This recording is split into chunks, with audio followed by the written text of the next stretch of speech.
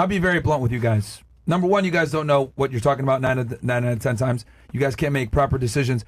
And this is why men need to be in positions of leadership, because quite frankly, when you put women in positions of leadership, you guys fuck everything up. And this is actually goes back to what I was saying before with the older woman, right? So as she was talking about, toxic masculinity with older men, I don't like this. Well, what is toxic masculinity, right?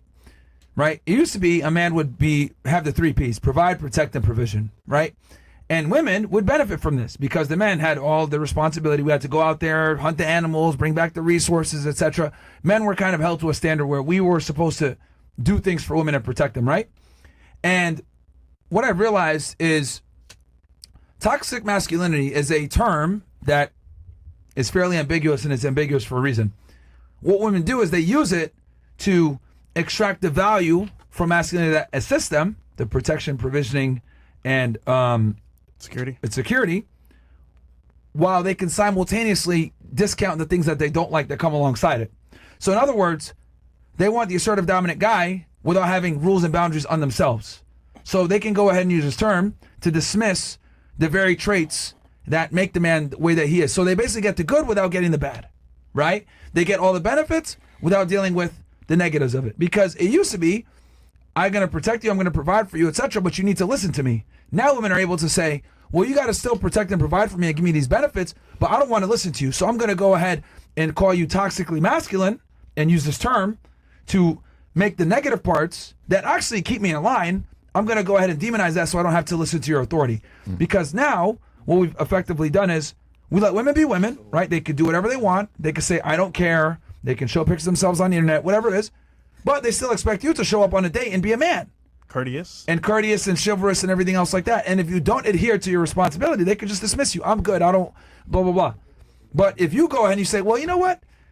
I got my shit together. I want something in return. Oh, you're toxically masculine. Oh, shit, I don't want to be labeled that. And that's where you can see if a guy is really about it or not. If a guy sits there and he's scared to be called toxically masculine or insecure, you're a bitch. Because to be honest with you, women are fantastic at like using these bullshit terms to kind of describe things that keep them in line, right? Because thanks to feminism, right? Feminism can only exist when we're in a very safe society. It can only exist when there's no problems. But I'll tell you this, when there's war and guys got to get violent and they got to be toxically masculine to protect you, ain't nobody calling somebody toxically masculine. Okay? I don't think they're calling the men in Ukraine toxically masculine. No. I don't think they're calling the men in Russia toxically masculine. I don't think that they're calling the men that are going in into Gaza toxically masculine, because in war, you need the toxically masculine guys to protect you so you can continue to maintain the order and the status quo that you get to enjoy. So in other words, women are able to enjoy the benefits of toxic masculinity while simultaneously trying to dismiss it and say that it's holding us back or blah, blah, blah. And if you're a man and you actually accept this bullshit, you're letting the women win. And that is why we live in this feminized world now, where women are able to get all the benefits, double dip, say that I'm a feminist, while simultaneously still wanting you to pay all the bills. Yeah. And I think guys need to understand and take the real red pill and understand that like this is a bullshit double dip that we're not going to allow. If you're going to be a protector and a provider, it's your way or the highway. I think men need to put rules on women, because if we don't put rules on you guys, you start saying stupid shit like, I don't care. Well, guess what? The men care. Why am I going to share my resources with someone who doesn't care about what men want and only cares about what they want? But we've kind of created this ecosystem where women can be ridiculously selfish like this, put up pictures and do and behave in certain manners that aren't necessarily attractive, and then they have the audacity to say, I don't care. Could you imagine? What? I'm sorry? Who said all the men like think the same way? In what regards they think the same way? What do you think? What do you disagree with? Saying. I'm sorry? In what you're saying. Like why you think all guys see a picture on bikini of the lady and think they have no value to add to them? Why do you understand all the guys think like that? I would like to know that. Okay. The reality is that men judge a book by its cover. All of them. A lot of them do, yeah. A lot of them. Just like you. A lot of them. Well, here's the thing. Yeah, they're gonna judge a book by its cover because I don't want to be walking around with an embarrassing book. If I'm gonna buy the book and pay full price or whatever, I don't want to be walking around with a book that's gonna embarrass me. Of course. Okay, that's so you. No, but that's valid. That's a lot of men. Yeah. Okay, perfect. But there are some that doesn't think like that. And those are the men that you're not attracted to. The men that don't care about their name and their legacy are not the men that you want to be with. The guys that are going to sit there and say, you know what, I don't care if you go have sex with other men. I don't care if you want to whore yourself out. I don't care. No big deal. You don't respect those men, because for a man to have that kind of mindset, he has to have certain traits that's wrong with him that are not attractive. Again, this goes back to what I said. You want a protector, a provider, and a provisioner, but you don't want to deal with the type of guy that has these traits. You don't want to deal with a guy that's assertive and dominant, tells you, hey, I need you to do this.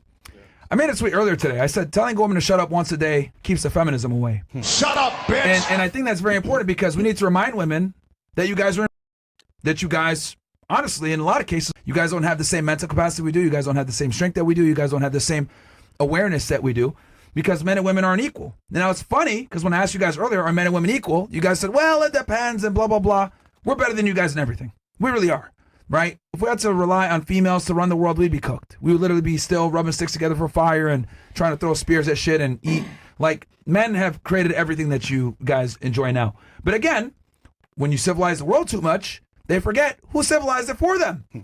Because I'll tell you guys right now, if the powers went out like that, you know what's going to happen? One day you might survive. 2 days you might survive. Third day you might have some water. Fourth day food starts running out. Now you got to go out and start scavenging.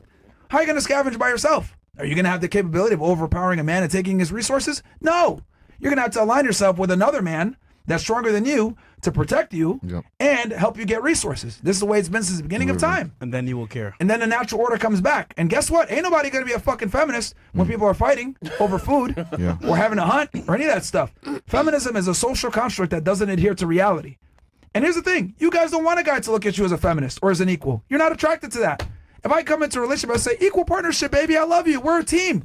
You know, look at me like, this is a bitch-ass nigga. Be a man. He's really relying on me. I don't even know what I want to eat for lunch. I don't even know what I want to do. My mood changes once a month because I'm on my fucking period.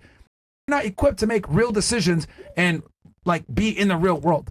You guys are in a world that we've created and civilized for you to a point where you guys can have the conveniences of being a vegan, have the conveniences of putting pictures on the internet, have conveniences of being a professional dancer. These aren't real jobs. Like, let's be honest, and I'll say this as a podcaster. This is also a civilized job, right? Sure.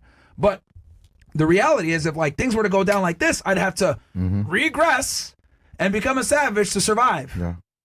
Okay? And I'll tell you guys this, if it's me and you fighting for a fucking scrap of meat, who's gonna win? This is why women need men. But you guys forget that you need men because of the crazy society that we're in, where we've civilized things so much, and women don't have shame anymore. So it's all a big fucking problem that's been going on for decades.